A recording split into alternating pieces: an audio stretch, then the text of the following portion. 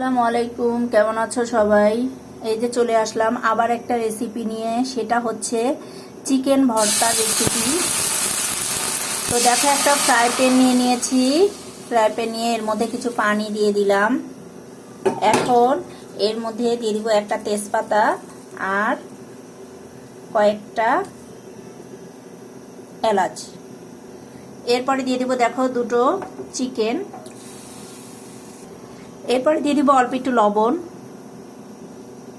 এরপরে দিয়ে দিব হলুদ। এরপরে দিয়ে দিব অল্প পরিমাণে আদা রসুনের পেস্ট।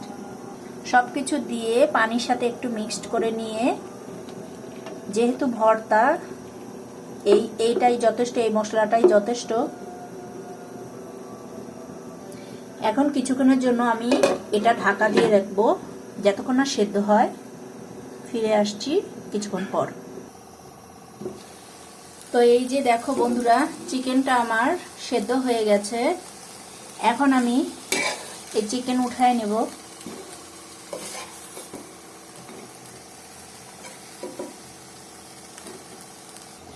তো চিকেনটা আমি উঠাই নিয়ে ঠান্ডা করতে দিয়েছি। তো এখন ফ্রাই প্যানটা আবার ধুয়ে একটু তেল দিয়ে দেব।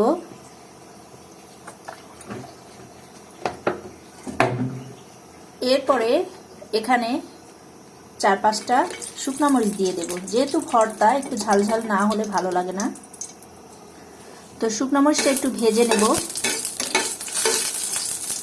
এই তো শুকনো মরিচটা একটু ভাজা হয়েছে, এটা এক সাইডে সরাই নিয়ে এখন এর মধ্যে দিয়ে দিব আমি পেঁয়াজ আর কিছু রসুন। তো এই যে পেঁয়াজ আর রসুন দিয়ে দিয়েছি। এখন এটা একটু হালকা লাল লাল করে ভেজে নেব, পেঁয়াজটা আর রসুনটা। তো দেখো, এই যে আমার পেঁয়াজটা ভাজা হয়ে গেছে, ব্রাউন কালার হয়েছে। তো এখন আমি এই পেঁয়াজটা উঠায় নেব। শুকনো মরিচ পেঁয়াজ সবগুলো উঠায় নেব। তো এই যে সবগুলো একসাথে নিয়ে আসছি। তো এখন আমি লবণ দিয়ে দিব অল্প একটু, কারণ এর আগে লবণ দিয়েছি। তো লবণটা দিয়ে এই মরিচটা খুব ভালোভাবে মাখিয়ে নেব। এরপর এই যে রসুন আর পেঁয়াজটাও মরিচের সাথে খুব ভালোভাবে মাখাবো। এখন আমি একটু সরিষার তেল দিয়ে দেব। এরপরে এগুলো সব একসাথে খুব ভালোভাবে মাখিয়ে নেব। এখন এই যে চিকেনগুলো, এগুলো আমি হাত দিয়ে এভাবে এভাবে ছাড়িয়ে নেব। আপনারা পারলে ওই চামচ দিয়ে, কাঁটা চামচ দিয়ে ছাড়িয়ে নিতে পারেন।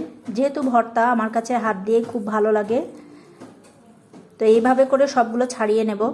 তো এই যে সবগুলো আমি ছাড়িয়ে নিয়েছি এভাবে করে। এখন আমি সব একসাথে খুব ভালোভাবে মাখিয়ে নেব।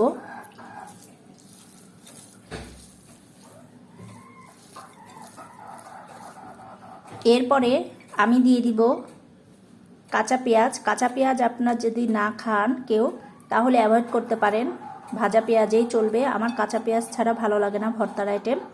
তো আমি এগুলো এখন সব ভালোভাবে মাখিয়ে নেব, মানে আলতোভাবে। তো এই যে এখন ওপর থেকে একটু ধনেপাতা দিয়ে দিব আর দেব একটু সরিষার তেল। মরিচের তো ঝাঁজ আছেই, তো সরিষার তেলটা দিলে আরও ভালো লাগে। তো এই যে দেখেন কত সুন্দর লুক। আজকে এতটুকুই। সুস্থ থাকবেন, ভালো থাকবেন। আসসালামু আলাইকুম।